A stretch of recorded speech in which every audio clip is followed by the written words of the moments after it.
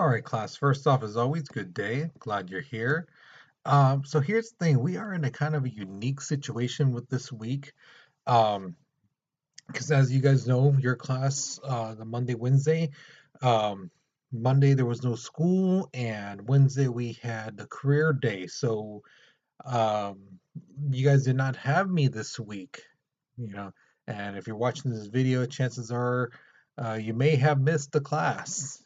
So I decided to make this situation um, use it to my advantage. And basically, what I'm going to do is finish off the French Revolution. So, with that being said, this video is going to be a little bit longer. And this is like my one opportunity where I can cram so much stuff into a video and, basically try to end the lesson instead of making it two small lessons, make it one big one and it won't take up any class time.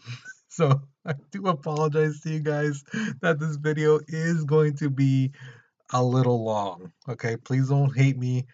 I'm just taking advantage of this situation, this unique situation where I had none of you guys in class to teach this lesson. Okay, so please forgive me. All right, so let's look at the objective.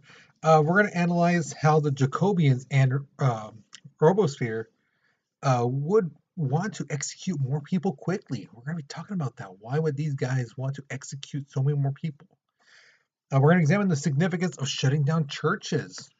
Okay. And then we're going to create an argument on if Robespierre uh, thought that he might be appointed as France's next king, ruler, president, whatever title you wanted to name it.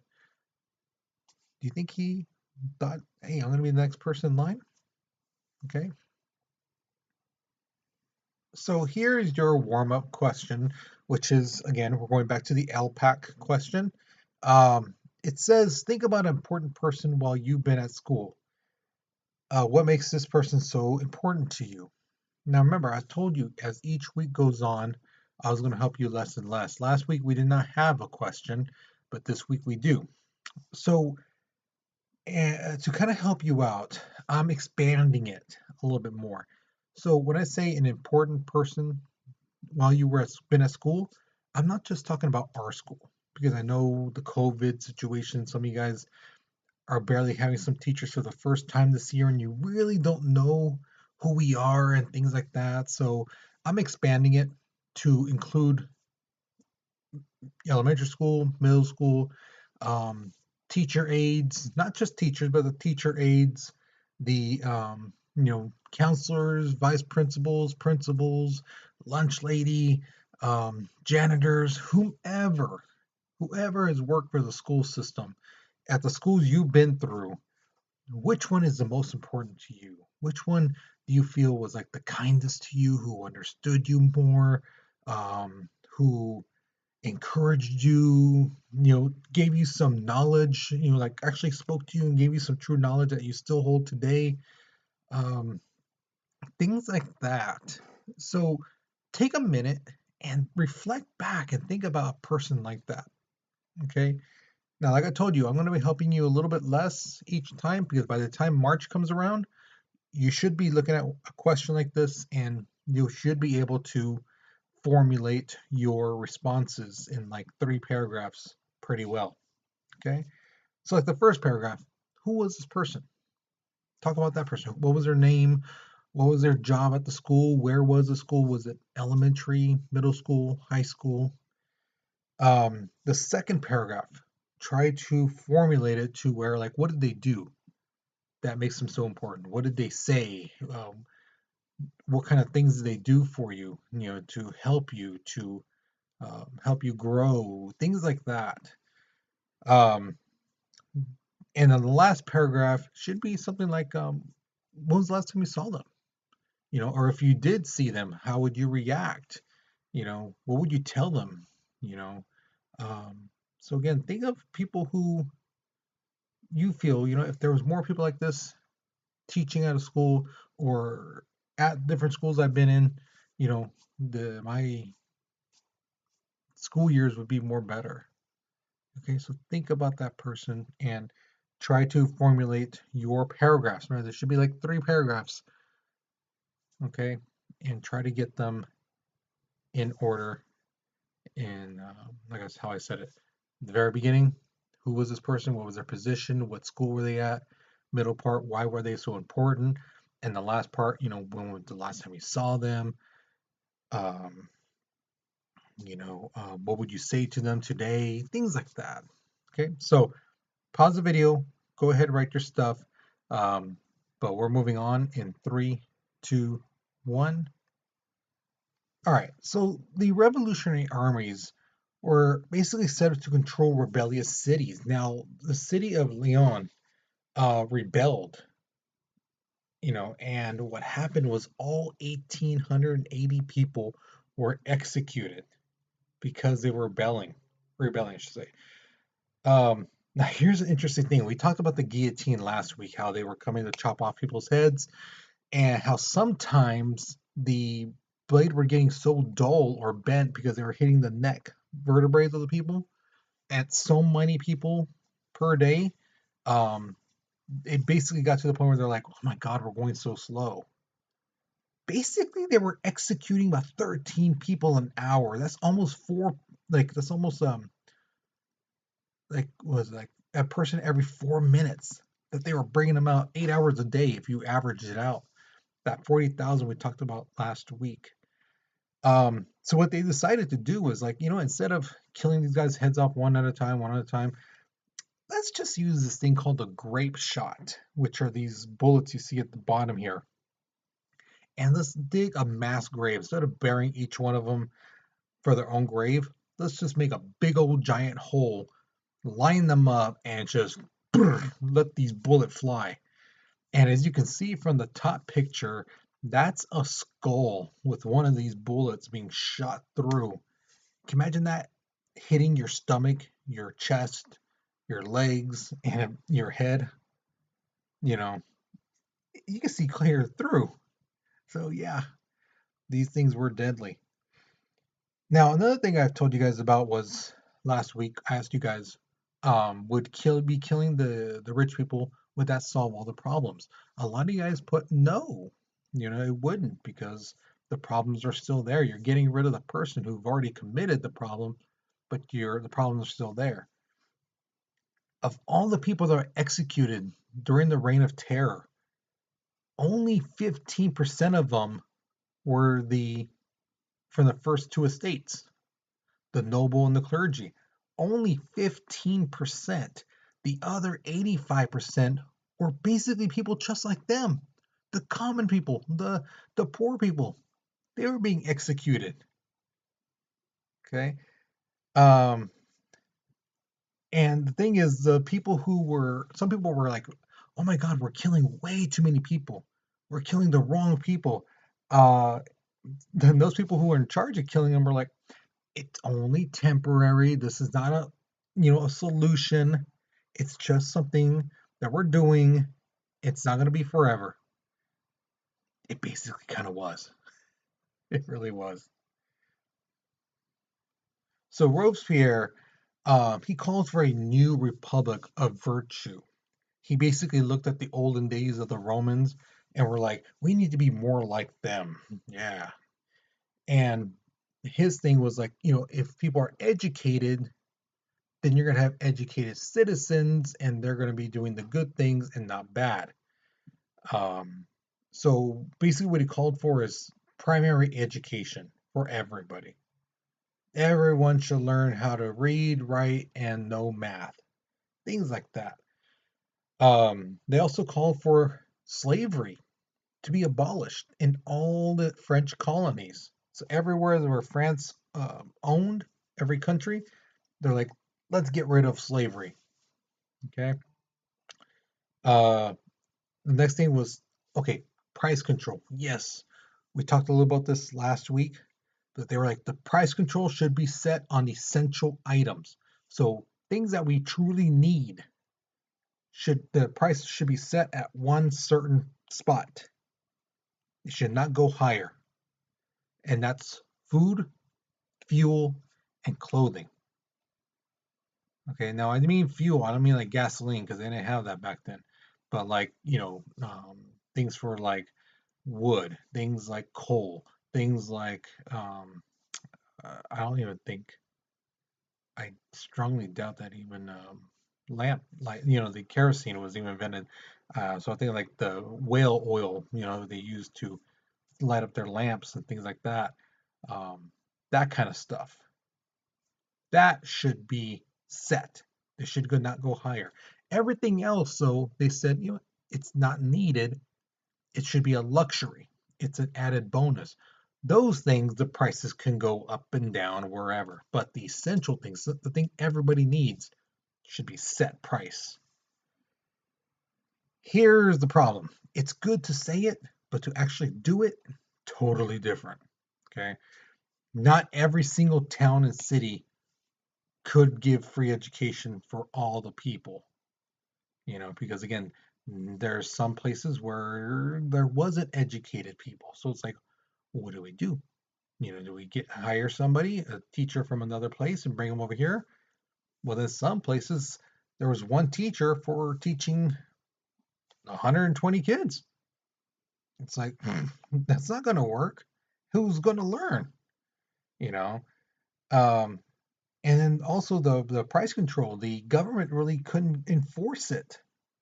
They could say, "Oh, bread should not cost more than $2," but in some little rinky-dink place, a place where the government isn't really looking, they could raise the price. You know, and what's the person going to do? Tell the government? Well, the government's like doing a lot of different things. They're not going to be worrying too much about the price of bread going up 5 cents at another place. You know, and it's at the same time that women, believe it or not, started to step up. Because remember, they were the ones who got King Louis out of his building. They're the ones who've been right there at the very beginning of supporting the revolution. And they're like, you know what? We need something for us too. So women start stepping up now and saying, we want some things. Something needs to change for us, for just women. So here's my first question. What kind of demands do you think the women of France wanted? So remember, women were basically treated as second class citizens. They were seen, not heard. Um, they were basically, again, like, you cook, clean, take care of the kids, do all this stuff. Well, the man does this. Yeah, you can do some side jobs, whatever, to help out, but you're not equal to a man. You don't have the exact same rights as a man. So, with that in mind, what kind of demands do you think the women wanted? What kind of rights do you think they wanted? Okay, so take a minute, write down what you believe, um, and then, but we're moving on in three, two, one. So here's the thing with the women saying that they want more rights and things like that. Some of the men were like, you know what? There's okay, fine, rights, sure, but women should not take part in politics. That's not a thing a woman should be in. Same thing with the military. Women should not be fighting. They don't have the for it, type of thing. So yeah, women should not do either one of those things, politics or military. Um, Here's the thing. At this one convention, some people were talking about de-Christianizing France. Like they believed that religion encouraged superstition, and they said these guys rely on things from like the Bible that was written thousands of years ago, and it doesn't really apply nowadays. There's no talking snake. There's the world's not going to be flooding right now. When's the last time the world flooded? Besides the thing with Noah. So they're like, we need to focus more on reason, science, things like that. Um, and the thing is, in France, they were very religious, you know, and so the word saint was actually removed from a lot of street names. So Saint Philip, Saint Joseph, get rid of that Saint part. So it's just Philip and Joseph. Cities, the Saint, like San Francisco, San Diego, um, all those Saint names.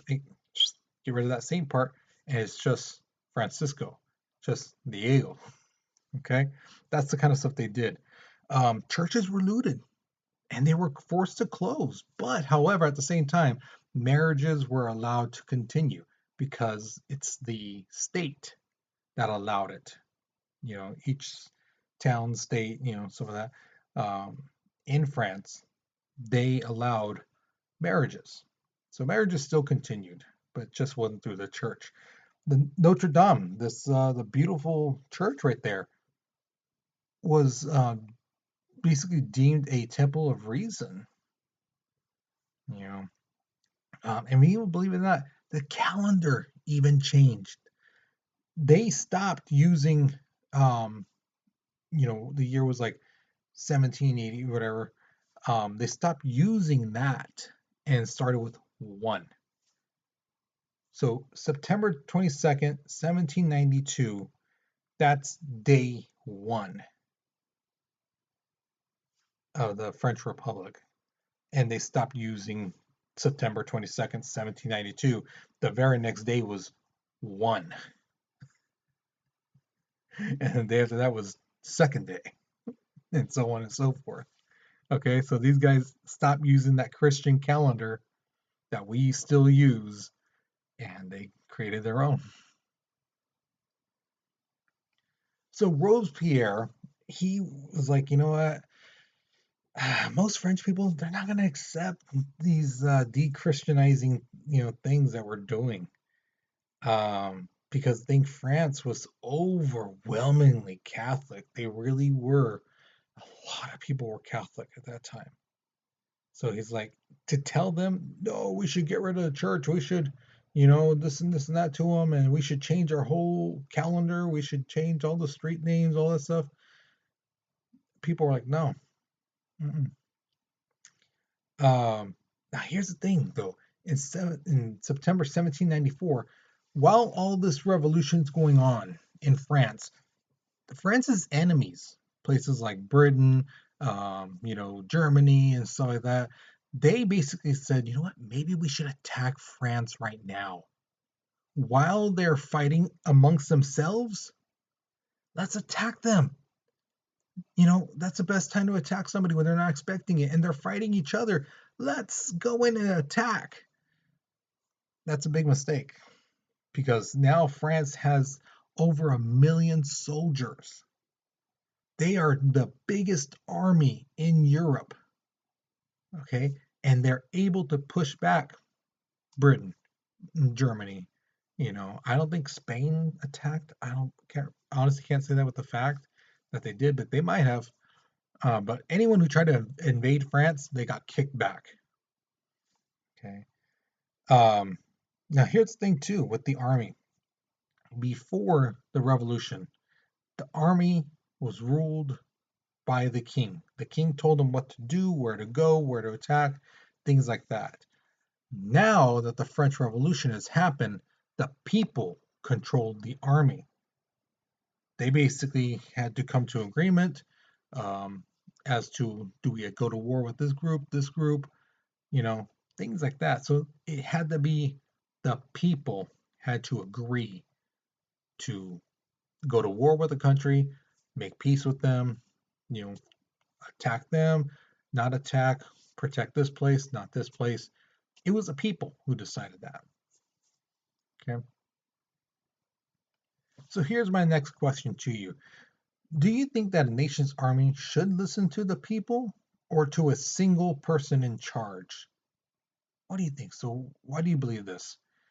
But keep in mind before you start writing, think of the good things that could happen as well as the bad things. If an army has to listen to the people and the people have to agree on it, what they're going to do, think about how things are right now and how people do we all agree on stuff? You know? Um, and think about a single person in charge. if they're in charge of the whole army, think of the good things and bad things with that too. What's going to happen with that? What could happen? Okay. So pause the video if you're still writing, but we're moving on in 3, 2, 1. So again, summer 1794, the army is defeating their foes. Now, they're feeling good. They're beating anybody who's trying to attack them. But the thing is, the reign of terror is continuing. And it's not really needed anymore. Everybody who's considered an enemy of France is now basically destroyed. They're in jail or getting ready to be executed. But Robespierre is really determined to get rid of all of the corrupt people in France, people that he feels are plotting against them, who want them to fail, who wants France to go back to their old ways, things like that. So it's getting pretty bad. And it gets even worse. In June 1794, there's this thing called the 22, I'm going to kill this word, I killed it so many times. Varela? If you can pronounce it, awesome. I, as you can see, can't. It was passed. Basically, what it says is it gave Robespierre more power to arrest and execute, and I use the court said, enemies of the revolution. So all he had to do was basically say, "Oh, I heard you said that you didn't support this, or you didn't support the army, you didn't support me and the community of public safety." That's all it took. That's all it took, and you would be arrested and you'd be more likely sentenced to be executed. So they gave him more power. Now, people from the National Convention, which we talked about a little bit ago, they decided they needed to do something because this guy's getting too much power. This Robespierre, he's getting too much power. He's kind of going off the handles a little bit in their point of view. And they feared that if they said something, if they publicly said, we need to stop him, he's becoming too powerful, it's all about him, who's he to decide who's an enemy and who's a friend of France. But they were afraid that if they said something out loud that they'd be seen as, oh, you are an enemy. And then nobody would back them up. And then they'd be by themselves and off they go off to the jail, be executed or whatever. So what happened is the convention basically got together again. Not to talk about the rights of the women and things like that. No, this time it was about, is Robespierre going too far? Is he basically an unofficial king? And they said, yeah. They're like, he's getting too big for his britches. He's becoming too powerful. He thinks he's Chingon, so we need to stop him. So the votes come in and they agree that he should be arrested and condemned. So the man, Robespierre, the one who started the whole reign of terror, that these enemies of France should be executed, the king should be executed, things like that. He started it, and it's going to end with him. July 28th, 1794, he is placed in the guillotine and he is executed. The Jacobians, the group that basically said, oh yeah, the king needs to be killed, and and they're the ones who supported like all these executions, they lost a lot of their power, and the middle class people basically took control. The laws that gave Robespierre, all this power, it was repealed, and all those people who were captured, who were arrested for being an enemy of France, they were released.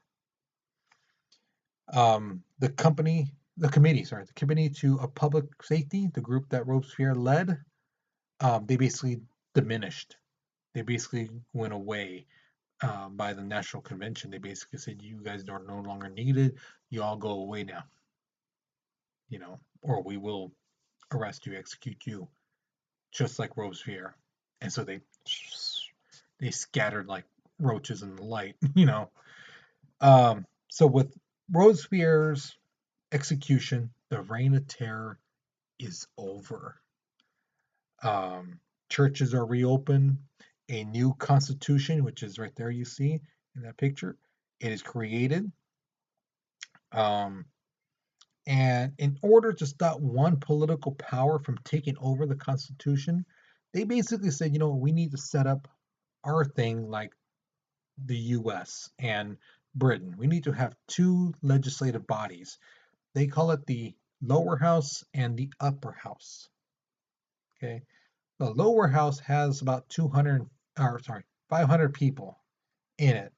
And what their job is to do is basically start creating laws, you know, write them up because they represent the people, what they think should be the law of the land, what's going to help people, things like that. The upper house, the ones who have 250 people, they are basically the ones who say, yes, this law should be enacted, this one should be a law, or no, this is just wrong, doesn't fit, this only serves a certain group, not the all the people of France and things like that. Okay, so the lower house creates the laws, they write them up, and the upper house accepts them or rejects them. So here's my next question to you. Do you think Robespierre was corrupted by power, or was he just too focused on trying to make France perfect? So what do you think? What do you think he fell under? Do you think he really was corrupted by power? That all this authority that was given to him, that got to his head? Or do you think that he was just trying to make France perfect? Make it the way it's supposed to be, the best it can be. Okay, so tell me what you think. All right, so pause the video, but we're moving on in 3, 2, 1. All right, so now we come to the exit ticket. So remember, just pick one of these three questions to answer. The first one is, what are some possible reasons why the Jacobians and Robespierre would want to execute more people quickly? Why were they just so in a hurry to just kill people left and right, left and right? In fact, let's put a one mass grave and use the grape shots. Why do you think they were such in a hurry to kill so many people? Okay. The second one is, why do you think shutting down churches would cause a lot of people to turn on Robespierre and the Committee of Public Safety? So why is religion so important to some people that they would in fact turn against the guy who's in charge in a sense, and the group that's in charge?